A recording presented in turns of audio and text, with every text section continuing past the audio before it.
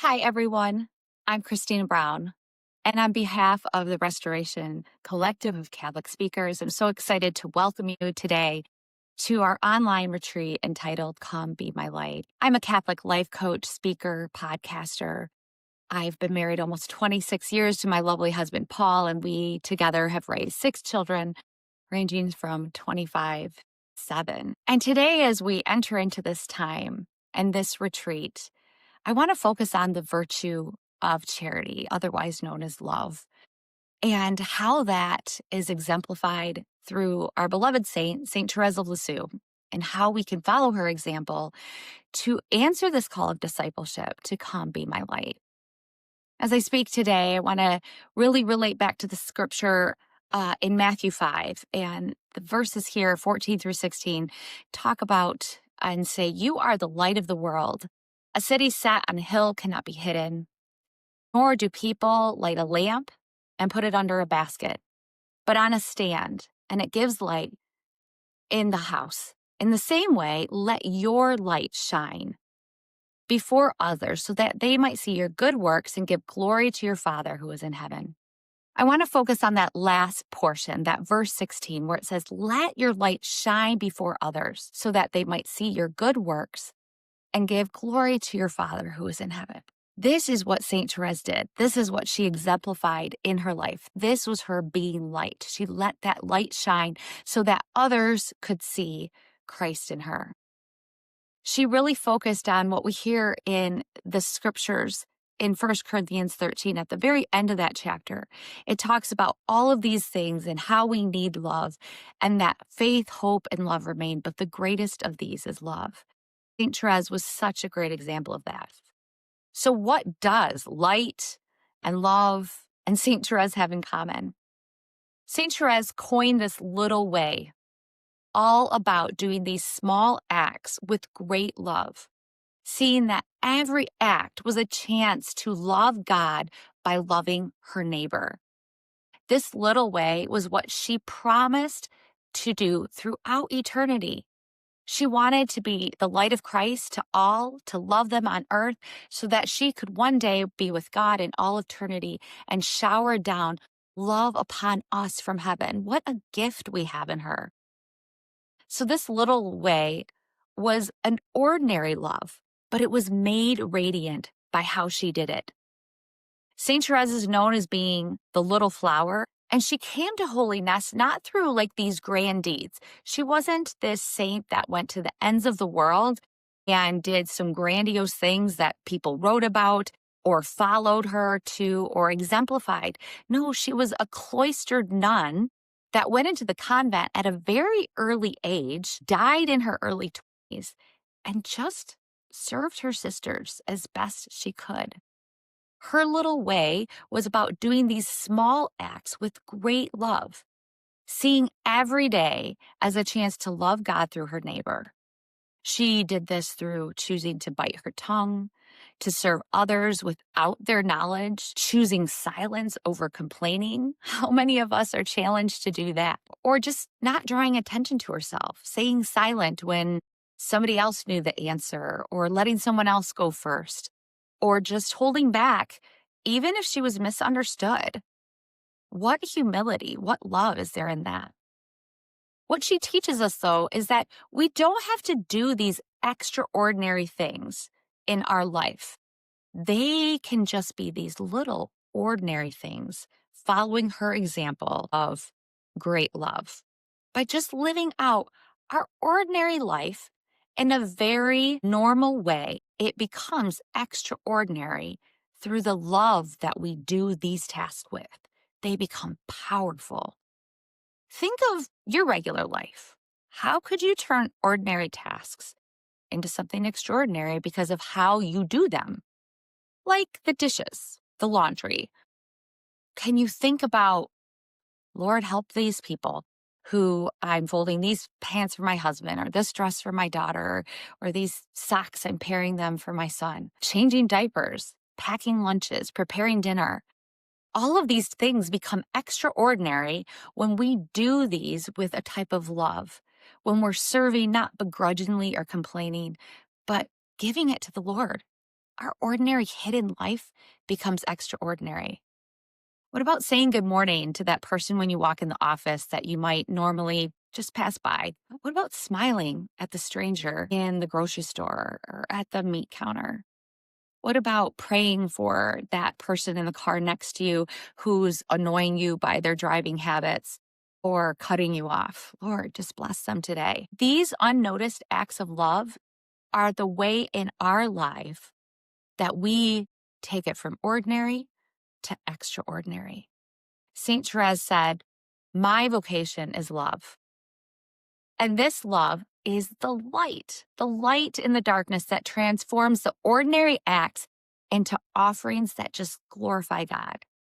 This was St. Therese's greatest desire, to love God with all her heart, all her soul, all her mind, all her strength. That's what we're all called to do.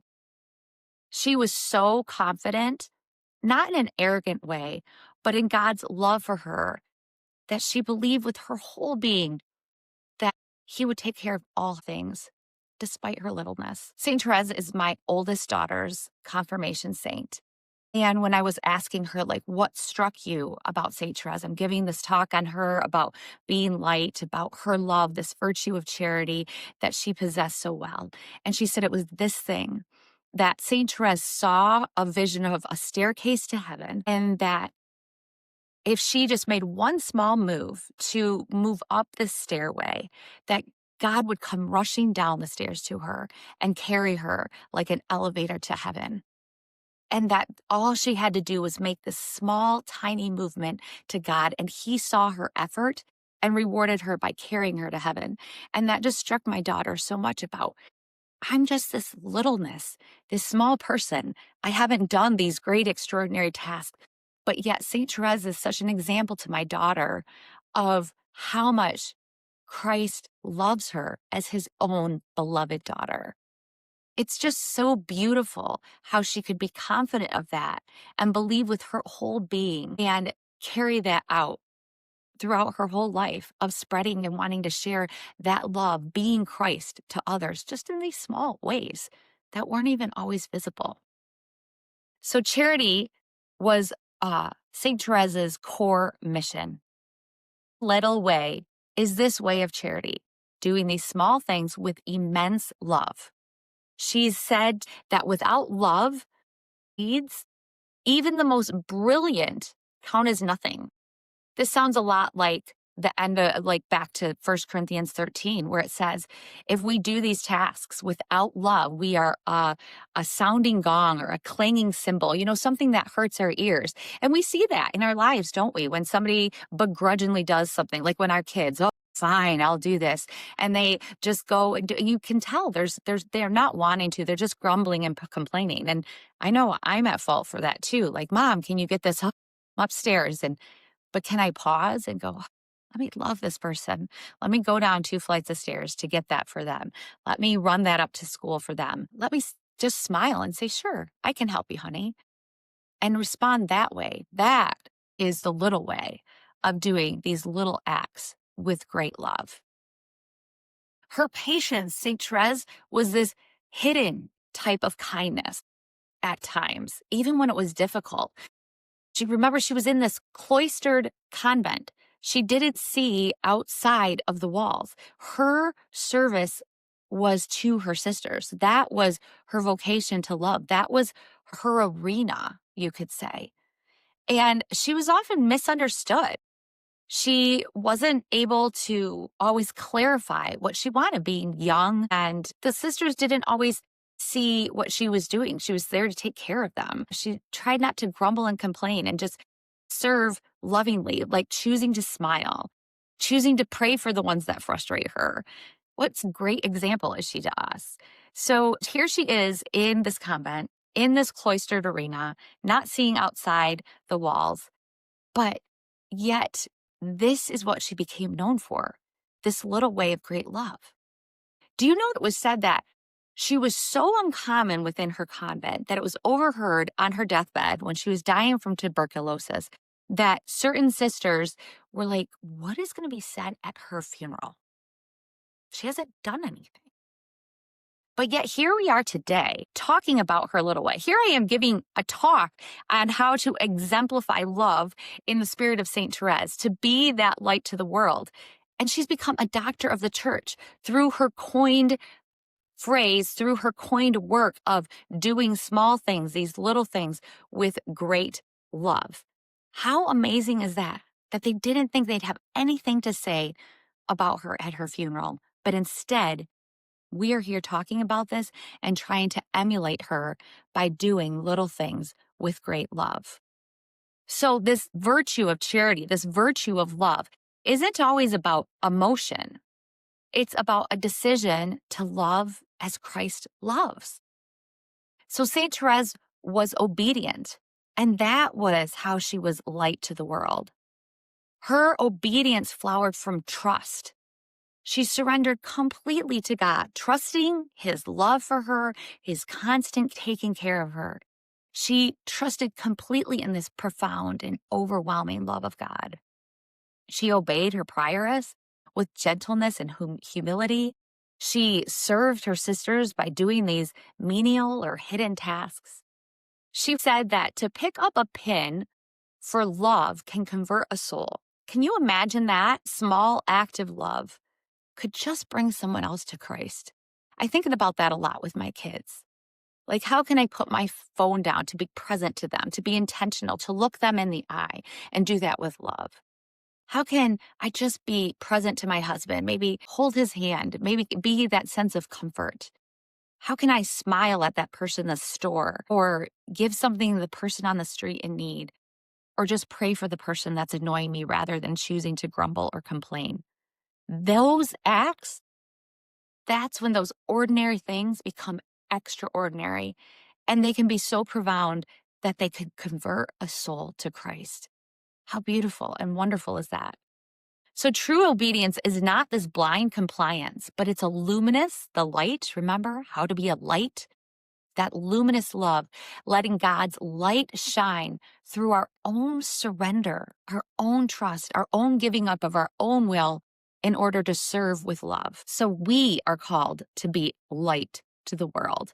This is our call of true discipleship, to be light for God. So though St. Therese never left her convent, she was light, like we talked about, that reached the whole world. We're talking about her today. We're trying to emulate her little way with great love. She is known throughout the world for her writing, her intercession from heaven, the showering down of flowers upon us, her simplicity, and of course, this little way. She's one of the greatest saints of all time. She's been named a doctor of the church. Her hidden life mirrors the gospel call that we go back to Matthew 5:16. You are a light to the world, so let your light shine before others. We are all given a light that's instilled in us at baptism, that is stirred up with us in confirmation. We are called to put this light on a lampstand, not under a bushel, not to hide it, and let that light shine for all of those, for all of us, everyone in our life who can see that, from the little toddler in our life to the people in our workplace, to where we might travel to the big things that might still be to come, or the menial everyday tasks like taking out the trash or changing a diaper. This is the light, when done with great love, that shines to the world so that they can see Christ in us. So this is where we want our hidden life to mirror that gospel call. And St. Therese did this beautifully. She showed us how, in her little way, to make those ordinary, everyday tasks become extraordinary. Her light didn't come from visibility. It came from faithfulness and fidelity to Christ's call to be light to the world and not to hide it, to find a way to carry that out in our everyday life. So that's what the Lord is asking of us to do in our everyday life. So I want you guys to take a moment here and sit, maybe after this talk, when you can take some meditation time, to really answer a couple questions for reflection. So the first one, I want you to think about, where are your own little ways Where are they in? They might be in your home, your workplace, maybe your parish, within your community. Where is this mission field of love? I know as a mom of 6, mostly it's to my children of being that light and example. But as a life coach, it's to my clients, as a spiritual director, to my directees, in my parish, in my ministry, it's those that I serve. We have many different hats we wear. And so where at each moment as we move into a new task of the day is our mission field usually changes. So where can we be that light to others? Where can we use ourselves in those little ways? They might be hidden, they might be small, they might be visible only to a few. But where are they? Reflect upon that. And know that Jesus doesn't demand this great action from us, but this simple surrender, the simple gratitude that he's given us a mission field that looks different to each and every one of us. But where is that? And how can we be light in that mission field? How can we practice little ways with great love in that mission field? I want you to let your strength be your love. Let your obedience to the Lord be your witness. To me, I think about this obedience in the area of not grumbling, of not complaining, right? Let that obedience be our witness to the love of Christ. And then those small sacrifices, let them become sparks of divine light to others. Is it that your kids see you praying and it's visible every day?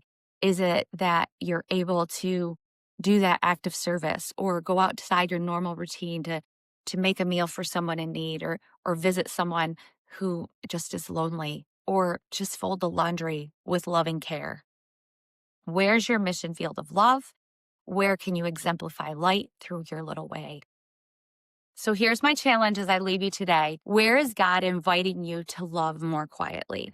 Remember St. Therese, this cloistered nun in this convent for a very short time of her life and just loved in very small, quiet ways, mostly hidden, mostly unseen, so uncommon that they didn't know what to say about her at her funeral. And then once you can reflect on the Lord inviting you to be more quiet, where are the changes that you can bring about to offer a small act with great love? Let's try to start with at least one a day and then maybe move up to one per person in your immediate family today, or maybe one per week to someone outside of those you live with, and then maybe one a month to someone you don't know. Start small, habit stack. That's where we build building blocks upon each other to be able to go and be light and love to others. I want to leave you with this last quote from St. Therese. My whole strength lies in prayer and sacrifice. These are my invincible weapons. Prayer and sacrifice, invincible weapons. I love that. And they can move hearts for better more than words. Thank you so much for being with me today. Thank you for taking this time. Know that I'll be praying for you to be able to exemplify your little way in wherever your life brings you. Remember, it doesn't have to be profound. But on behalf of the Restoration Collective of Catholic Speakers, I thank you for joining our Catholic online retreat, our first one. And I encourage you that no matter where the Lord calls you in your mission field, that you cannot hide your light under a bushel, but that your light might shine before others.